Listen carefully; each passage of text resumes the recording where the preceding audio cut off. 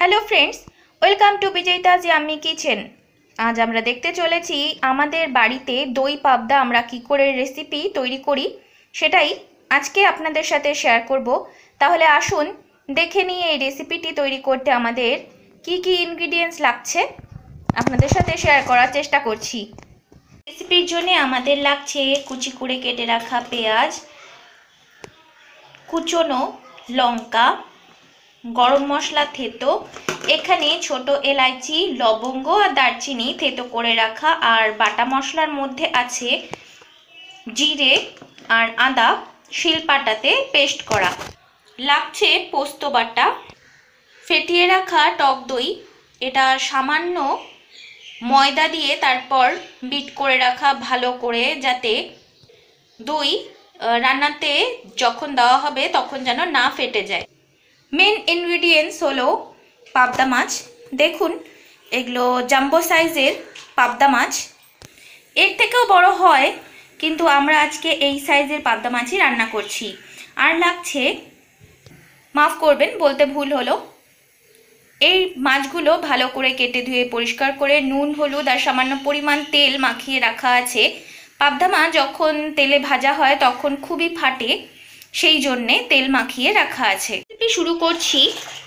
প্রথমে মাছগুলো ভেজে নেব, তাই গ্যাসে কড়াই বসিয়ে আমরা সামান্য পরিমাণ তেল দিয়ে দিয়েছি। পাবদা মাছে নিজস্ব একটা তেল ভাব থাকে, তো মাছ ভাজলে অনেকটাই তেল উঠবে। তেল গরম হওয়ার পরে আমরা মাছ ছেড়ে দিয়েছি।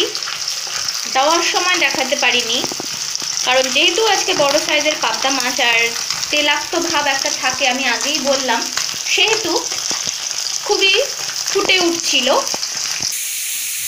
আমাদের মাছগুলো ভাজা হয়ে গেছে, আলুগুলো ফ্রাই করে নিচ্ছি মাছ ভাজার তেলেই, নুন আর হলুদ দিয়ে।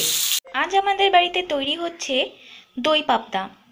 এই রেসিপিটি খুব চটজলদি তৈরি হয়ে যায়। আমি আমাদের বাড়িতে এটা খেতে ভীষণই পছন্দ করি। পাবদা মাছ এমনিতেই আমার খুবই পছন্দের মাছ, আর আমি যেহেতু ভেতো মানুষ, তাই ভাত দিয়ে এটা আমি খেতে বেশি পছন্দ করি। আপনারা যেটার সঙ্গে খেতে এটা পছন্দ করবেন সেটার সাথেই খেতে পারেন, তবে আমার মনে হয় এটা ভাতের সাথে বেশি ভালো লাগবে। রেসিপিতে চলে এসেছি। আলু ফ্রাই করে তুলেও রেখে দিয়েছি। এবার ওই তেলেই আমরা ফোড়নে দিয়ে দিয়েছি গোটা জিরে। তেল গরম হয়ে উঠেছে, তাই গরম মশলা ফোড়নে দিয়ে দেব, থেতো করা গরম মশলা, পেঁয়াজ কুচি আর কাঁচা লঙ্কা, জিরে বাটা আর আদা বাটা। মশলাটা খুব ভালো করে কষানো হচ্ছে। পেঁয়াজের কালারও চেঞ্জ হয়ে গেছে। ঈষদুষ্ণ গরম জলে গুলে রাখা কাশ্মীরি রেড চিলি পাউডার, এতে কালার ভালো হবে, কিন্তু ঝাল তেমন হয় না। আরও একবার খুব ভালো করে কষিয়ে নেব মশলাটা। হলুদ গুঁড়ো প্রয়োজন মতো, স্বাদ অনুযায়ী নুন, পোস্ত বাটা, ফেটিয়ে রাখা টক দই খুব ভালো করে কষিয়ে নিতে হবে। এই রেসিপিটি পাবদা মাছ দিয়ে তৈরি হয়, আর এটা খেতে আমি খুবই পছন্দ করি।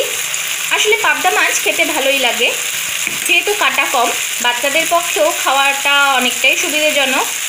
রেসিপিটি সুস্বাদুও হয় আর খুব চটজলদিও তৈরি হয়ে যায় সামান্য কিছু উপকরণ দিয়ে। দেখুন, মশলাটা প্রায় কষানো হয়েই গেছে, আর এর থেকে তেলও ছেড়ে এসেছে। পোস্তর যে একটা কাঁচা স্মেল থাকে সেটাও চলে গেছে। টক দই কোনো রান্নাতে দিলে এর থেকে এক্সট্রাই তেল ছাড়ে, আর এটাতে যেহেতু টক দই পড়েছে, তাই ব্যালেন্স করার জন্য আমরা সামান্য পরিমাণ চিনি দিয়ে দিলাম। ভেজে রাখা আলুগুলো দিয়ে আরও একবার ভালো করে কষিয়ে নেব, যাতে আলুগুলো খুব ভালোভাবে সুসেদ্ধ হয়। ফিরে আসছি কিছুক্ষণ পর। পাবদা মাছ খাওয়ার উপকারিতা বিশেষ আমার তেমন কিছুই জানা নেই, যতটুকু জানি বলে রাখি। পাবদা মাছ খুবই সহজপাচ্য মাছ, যে কোনো, অর্থাৎ রুগী, বয়স্ক বা ছোট মানুষ সবাই এই মাছ খেতে পারে। এই মাছ খুবই সহজপাচ্য, আর পাবদা মাছকে ছোট মাছের পর্যাতেই ধরা যায়। খেলে শরীরের তেমন বেশি ক্ষতিও করে না, পেটের পক্ষে খুবই ভালো যেহেতু সহজপাচ্য। আর এর থেকে বেশি কিছু আমার জানা নেই, যদি আপনারা জেনে থাকেন তবে অবশ্যই আমাকে কমেন্টসে জানাবেন। কষানো হয়ে গেছে, আমরা ঝোলের জন্য জল অ্যাড করে দিচ্ছি। এটা বেশ মাখো মাখো হয় রেসিপিটা, তাই সামান্য পরিমাণ জল ইউজ করলেই হবে। দিয়ে দিলাম কয়েকটা কাঁচা লঙ্কা, গোটা কাঁচা লঙ্কা। ভেজে রাখা পাবদা মাছগুলোও দিয়ে দিলাম, যাতে ঝোলে ভালো করে মাছগুলো অ্যাবজর্ব হয়। রান্না প্রায় ফিনিশিংয়ের মধ্যেই।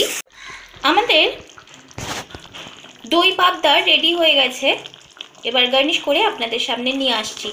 ফ্রেন্ডস, তৈরি হয়ে গেছে আমাদের বাড়ির স্টাইলে দই পাবদার রেসিপি। আপনারা দেখলেন আমরা এই রেসিপিটি কি করে তৈরি করলাম আর কি কি দিয়ে তৈরি করলাম সেটাও দেখানোর চেষ্টা করলাম। যদি রেসিপিটি আপনাদের ভালো লাগে তাহলে প্লিজ বাড়িতে অবশ্যই একবার ট্রাই করুন, নিজেও খান, সবাইকে খাওয়ান আর কমেন্টসে আমাকে জানান আপনাদের কেমন লেগেছে। যদি ভালো লেগে থাকে তাহলে প্লিজ লাইক, কমেন্ট, শেয়ার আর সাবস্ক্রাইব করতে ভুলবেন না। পাশে থাকা বেল আইকনটিকে প্রেস করে দেবেন যাতে নতুন কোনো ভিডিও এলে আপনার নোটিফিকেশন আগেই পেতে পারেন। আজকের মতো এতটুকুই, দেখা হবে এই চ্যানেলে অন্য কোনো রেসিপি নিয়ে। ততক্ষণের জন্যে টাটা।